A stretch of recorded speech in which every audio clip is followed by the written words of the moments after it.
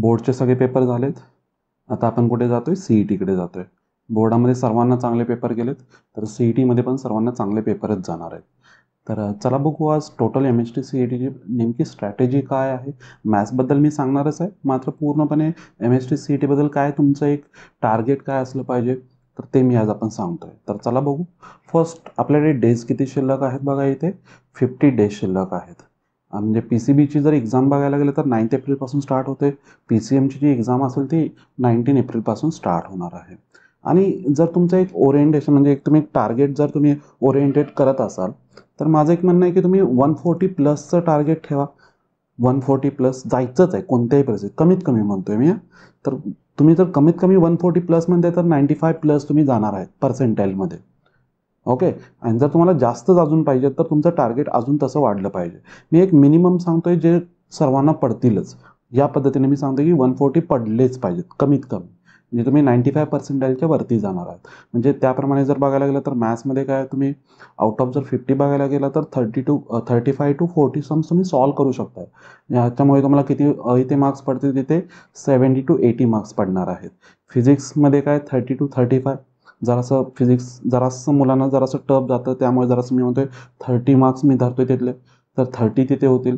आणि केमिस्ट्री एक okay 35 to 40. 35 जरी धरले तर तुमचं ओव्हरऑल हे 145 पर्यंत इथं सहज जात आहेत.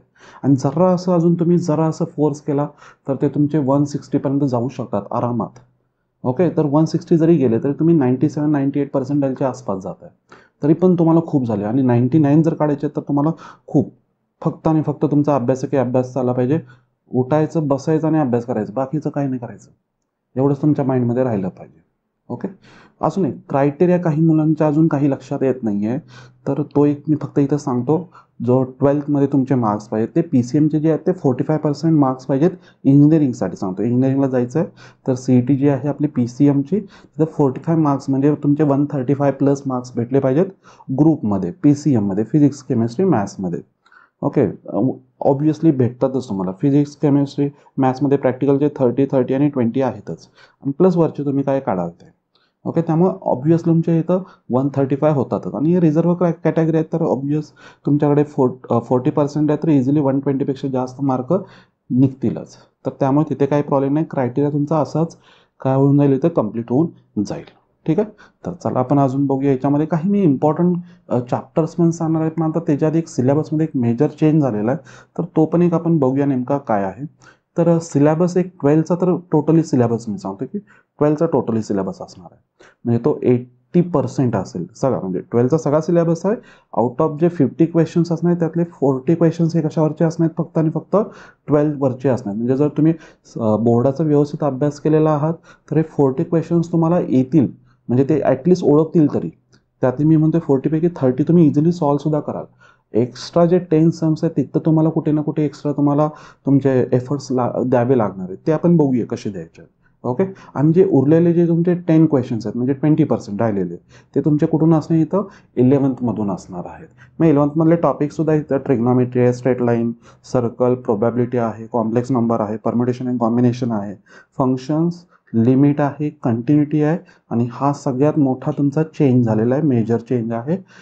इथे आधी होता तुमच्याकडे मेजर ऑफ डिस्पर्शन होता, तर त्याच्याऐवजी कोणता आलं आहे इथं? Conic section. मी इथं खाली पण दिलेलं आहे बघा, instead of measure of dispersion conic section will be there. तिथं कोनिक सेक्शन हा टॉपिक असणार आहे. त्यामुळे कोनिक सेक्शनची तुम्हाला पूर्णपणे पॅराबोला, हायपरबोला, एलिप्स जे होते ना त्याची तुम्हाला पूर्णपणे प्रॅक्टिस करावी लागेल. ते आपण बघूया. एकत्र आपण डायग्राम सगळे आपण बघणार आहेत. आणि ह्याच्यामध्ये जे सगळे क्वेश्चन्स असणार ते क्वेश्चन्स किती आहेत बघा कसे असतात. तर तुमचे इझी असतात 15 क्वेश्चन्स, म्हणजे तुम्ही 30% म्हणू शकताय.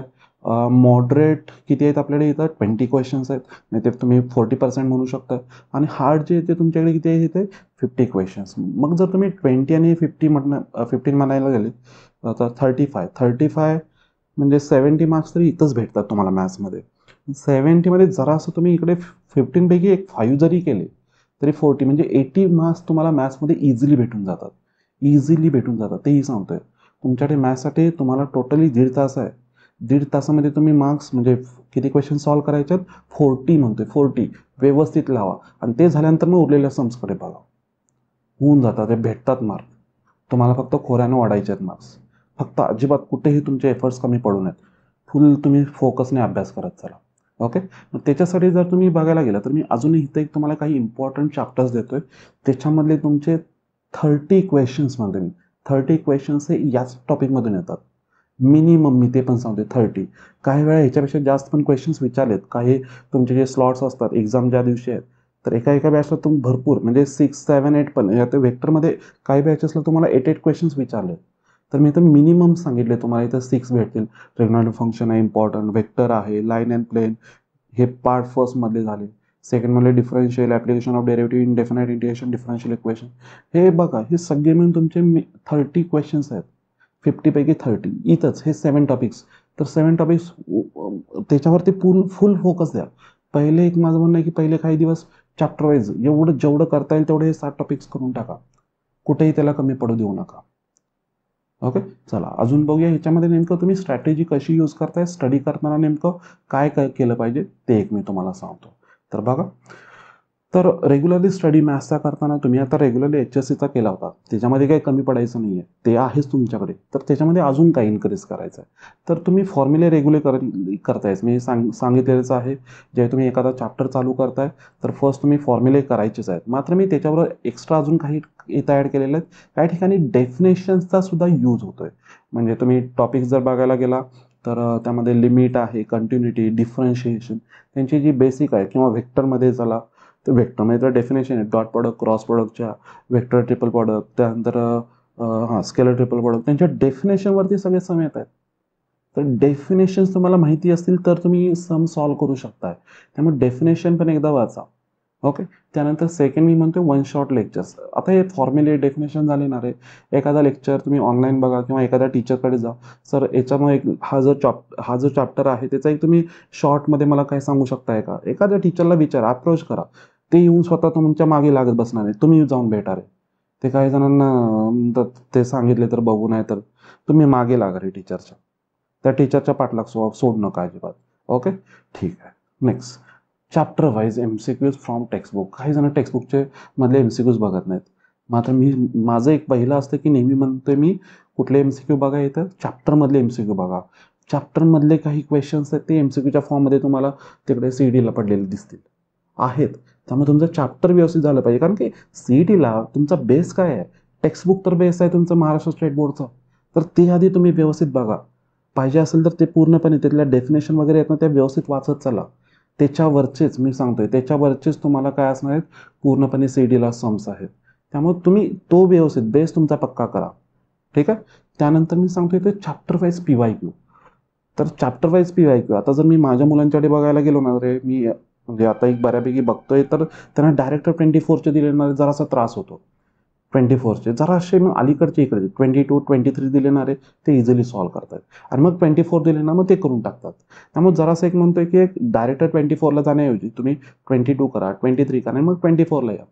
तुम्हाला मिळते जो इथे क्वेश्चन्स भेटत गेले जरा असे आपल्यालाही माहिती आहे किंवा सर्वांनाही माहिती आहे 24ला जरासे तुमचे टफ आहे, म्हणजे आपण हार्ड क्वेश्चन्स म्हणू शकतो, जरासे वाढवत गेलेत.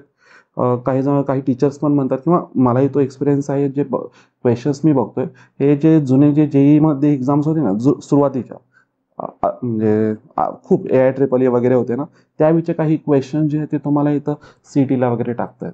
तर ठीक आहे असू देत. वेगळी काय कन्सेप्ट वेगळी नाही आहे, तुमच्या टेक्स्टबुकमधलीच कन्सेप्ट आहे. फक्त जरासे फिरून क्वेश्चन विचारतायत.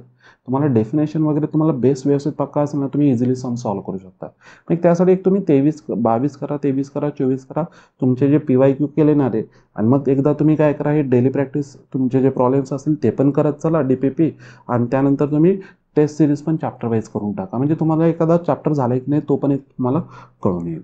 आणि मग मी म्हणतोय हे तुम्हाला मी 17 तारखेपर्यंत सांगतोय काय, हे एवढं सगळं असं झालं पाहिजे. आणि नंतर फक्त आणि फक्त तुमचे प्रॅक्टिस पेपर झाले पाहिजेत फुल मार्क्स 200 मार्क्सचे. म्हणजे तुमचा physics, chemistry, maths at a time झाले पाहिजेत. तुम्हाला त्याची सवय लागली पाहिजे. हवा असेल ऑनलाईनची सवय करून घ्या. मुलांना काही जणांना ते कॉम्प्युटर हाताळता येत नाहीत. तिथं गेल्यानंतर त्यांना समजत नाही अरे काय चालू आहे, हे वेगळंच काहीतरी चालू आहे. हे होता कामा नये. त्यामुळे त्याचीही तुमच्याकडे प्रॅक्टिस झाली पाहिजे. नेहमी तुम्ही त्या फोकसमध्ये राहा. अभ्यास आहे की अभ्यास, बाकी कुठेही थांबू नका. खूप जण झाली आता HSCची एक्झाम, बाजूला जाऊ जरासं टंगामंग करत आहेत. अजिबात नाही बाळांनो. अजिबात टंगामंगळ नाही झाली पाहिजे. फक्त आणि फक्त अभ्यास झाला पाहिजे. उठायचं, सुटायचं आणि फक्त अभ्यास करायचा. बाकी काही नाही. 12वीचे मार्क्स तुम्हाला जे HSC बोर्डला पडलेत, त्याचं काही कामाचे नाही आहेत. मी अजून सांगतोय. ते फक्त तुमचे ग्रुप क्लिअर झालेत किंवा ते रिलेटिव्हला दाखवण्यासाठी होते फक्त. मिरवायचे होते ते पाहुण्यांच्या समोर. मला 95 पडलेत, 90 पडलेत. ते फक्त तिथे मिरवण्यासाठी. तुमचं ॲडमिशन हे कशावरती भेटणार आहे? ते CET आहे, JEE आहे, तिथे त्याच्यावरती भेटणार आहे. त्यामुळे त्याचा अभ्यास चालू करा. जरी आत्तापर्यंत अभ्यास केला नसेल तर इथून पुढे चालू करा. आहे तुमच्या हातामध्ये दिवस. जास्त टाइमपास अजिबात कुठेही करायला जाऊ नका. कुठेही कसलीही गरज वाटली तर टीचर्सला अप्रोच करा. तुमचे टीचर्स आहे तुमच्यासमोर, त्यांना अप्रोच करा. कुठेही कुणीही जर कमी पडतंय, बाकी तुम्हाला कुठेही सगळीकडनं भेटतील. तुम्ही फक्त ठरवा अभ्यास करायचा आहे. कोणी ना कोणी भेटणार तुम्हाला. ठीक आहे. तर बेस्ट लक. अभ्यास चालू दे, जोरात चालू दे. काही गरज तुम्हाला कधीही कसलीही वाटली कुठल्याही टॉपिकबद्दल तर तुमच्या समोर आहेत. कमेंट बॉक्समध्ये कुठेही टाकत चला. कुठला टॉपिक, हा टॉपिक म्हणजे प्रॉब्लेम होतोय, वन शॉट लेक्चर्स पाहिजेत तर त्याचे लेक्चर्स मी काय असेल ते करून टाकेन. ओके. परंतु अभ्यास मात्र कमी करता नाही. तर चालू दे अभ्यास, जोरात चालू दे. काय वाटली तर मदत आहे आपल्याकडून. ओके.